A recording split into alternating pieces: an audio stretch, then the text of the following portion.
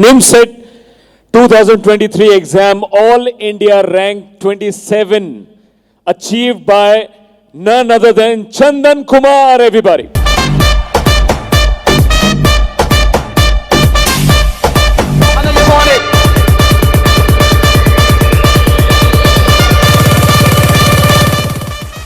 चंदन कुमार जिन्होंने निमसेट 2023 के एग्जाम में ऑल इंडिया रैंक 27 अचीव की है। उन्होंने ग्रेजुएशन के बाद जितेंद्र मिश्रा एकेडमी से एमसीए एंट्रेंस की तैयारी की।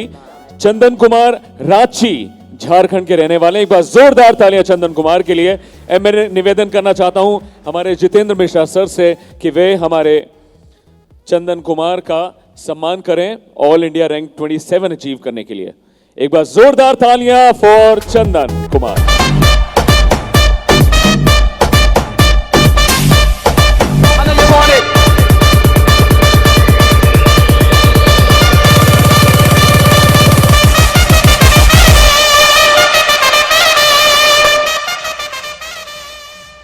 सबसे पहले गुरुदेव को चरण स्पर्श, मां शारदे को नमन और आप सभी को वंदे मातरम। बाकी लोगों की तरह मेरी भी शुरुआत थोड़ी भटकते हुई थी। 10th में मेरे कुछ ठीक ठाक नंबर आ गए थे तो मैंने 12th में पीसीएम के साथ सीएस ले लिया जोश जोश में। पर स्कूल जाने पे पता चला वहाँ पे पढ़ाई तो होती नहीं है, सारे फिटजी जाते हैं, आइलैंड जाते हैं, हमारी कोई औकात तो थी नहीं वहाँ पे। तो 11th-12th में थोड़ा राह भटकता गया था, पढ़ाई से मन उब गया था, कोई राह दिखाने वाला नहीं था। तो 11th में मुझे कंपार्ट लग गई थी, मैंने उसका री एग्ज़ाम दिया, वो भी मुझे पास नहीं पाया था। तो मैंने अपने टीचर को जाकर बोला मैम पास करा दो यार, थोड़ा आगे का राह बन जाएगा। उस समय मैंने भगवान से प्रार्थना की थी कि किसी तरह 11th निकल जाए मेरा, 12th में टॉप करके दिखाऊंगा। पर 12th जब गया तो पता चला वहाँ पे सारे 11 के फंडे हैं, कुछ समझ ही नहीं आ रहा। तो 11th में भी थर्मोडायनेमिक्स, 12th में भी थर्मोडायनेमिक्स, कुछ समझ ही नहीं आ रहा था।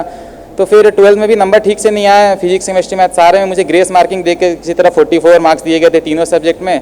ओवरऑल मेरे 70% बने थे। तो ग्रेजुएशन मुझे समझ नहीं आया था क्या करूँ नहीं करूँ, फिजिक्स भी डर लग रहा था, केमिस्ट्री मैथ से कुछ पल्ले नहीं पड़ रहा था। तो मैंने फिर एक दोस्त ने, मेरे बचपन का दोस्त ने, उसने बोला बीसीए कर लेते हैं, चल कंप्यूटर इसमें अपना कुछ देखेंगे आगे, विप्रो प्लेसमेंट देती है, टीसीएस वगैरह आती है, काम चला लेंगे। तो फिर मैंने ज्वाइन कर लिया कॉलेज, पर किस्मत वहाँ भी साथ नहीं दी, कोरोना आ गया 1 महीने के टाइम पे। फिर मैं पबजी खेलने लग गया, पूरा साल भर में बिता दिया उसी में। फिर जब सेकेंड ईयर की बात आई तो थोड़ी सद्बुद्धि आई, भगवान ने दी, बोला तू कर क्या रहा है, तेरे इरादे तो बहुत बड़े हैं, ये छोटी छोटी गेम्स खेल रहा है, तू क्या करेगा आगे। घर वालों भी समझाने लगे क्या करे, तुम्हारे सारे दोस्त नीट टॉपर है, कोई आईटी बॉम्बे या दिल्ली में है, तुम क्या कर रहे हो घर में। तो फिर मैंने थोड़ा पढ़ाई के बारे में सोचा, तो मैं सोचा करूँ क्या, विप्रो वगैरह छोटी कंपनी से प्लेसमेंट लूँगा तो वही 30-40 हज़ार क्या कर पाऊँगा, इसमें मेरा बड़ा एम था थोड़ा। तो फिर मैंने सर्च किया कि दोस्तों से पता चला सीनियर से कि एनआईटी में एमसीए होता है। तो फिर मैंने निमसेट के कोचिंग के बारे में सर्च किया तो जे में मुझे सबसे ऊपर मिला, गूगल पे मैंने सर्च किया तो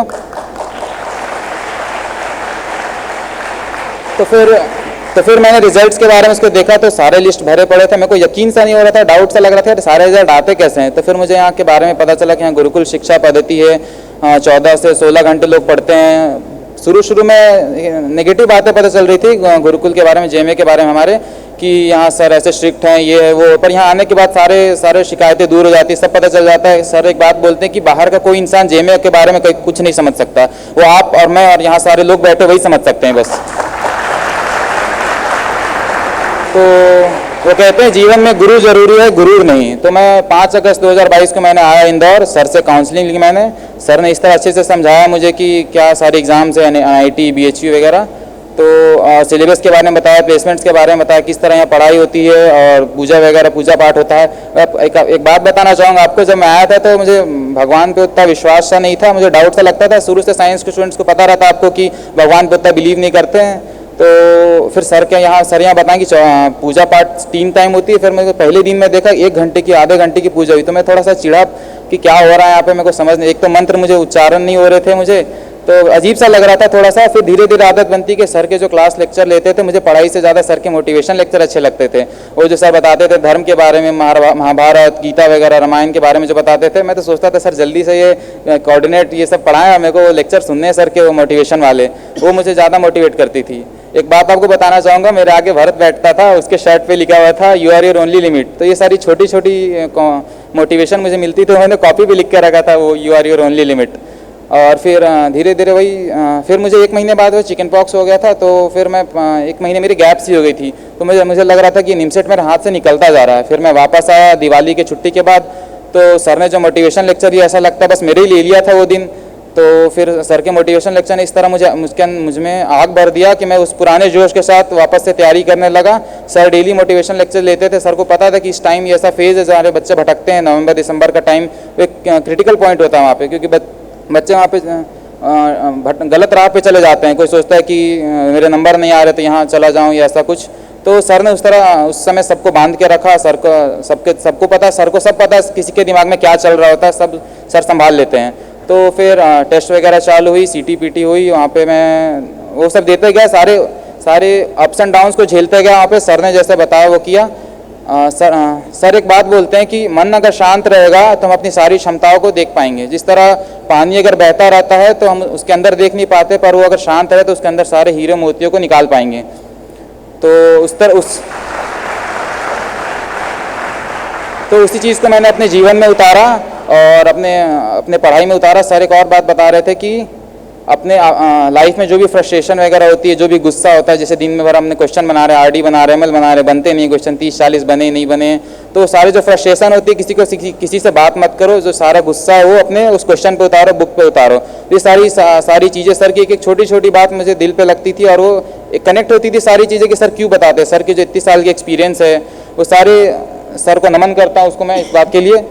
और फिर FT की जब टाइम आई तो FT में सर ने स्टार्टिंग में सारी FT हमें कराई, स्टार्टिंग से लेकर सारा हमें फेज़ देखने को दिया, क्योंकि एग्ज़ाम जो होता है वो एक अनसर्टेनिटी होती है कि कौन सा पेपर कब आ जाए। जैसे इस तरह 23 भी हमारा अनसर्टेन ही था थोड़ा, पर वो सर के फेज़ 12 ने संभाल लिया।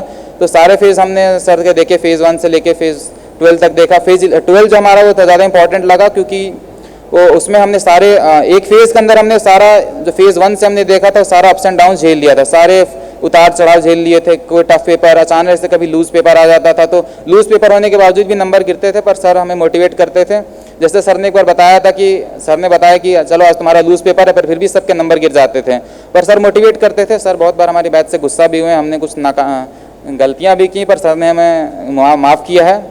और FT की बात करूँ तो लास्ट में जो 4-5 दिन की जो FT बची थी उसमें नंबर तो सबके गिरते थे, कुछ उतार चढ़ाव होते थे, पर सर ने जो लास्ट के 2 दिन में वो 3 दिन जो सर बोलते थे कि वो जेट लैग टाइम चेंज करेंगे, वो सर का बहुत ज़्यादा योगदान रहेगा हमारे उस माइंडसेट को मेंटेन करने में। जो एग्ज़ाम से पहले घबराना नहीं होता है, तो एग्ज़ाम का कंटेंट तो कोई भी दिला पाता है, पर जो उसको एग्ज़ाम के टाइम पे जो टेम्परामेंट होता है वो सर ने हमें सिखाया, उसके लिए और कोई नहीं सिखा पाता मुझे।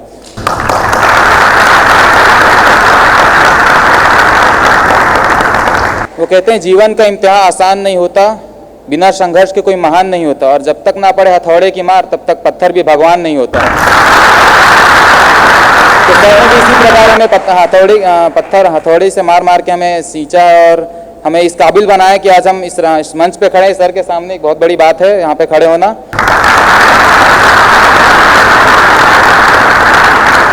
ये जो मेरी रैंक है ये सर की देन है, एकेडमी की रैंक है। आप सभी लोगों की योगदान है इसमें, सारे मॉनिटर्स का योगदान है इसमें, सभी लोगों का, इवन स्टाफ के मेंबर्स का भी योगदान है, और सबसे योगदान आपको पता है सर का है। सर को चरण स्पर्श। आप सभी को वंदे मातरम। धन्यवाद। Thank you.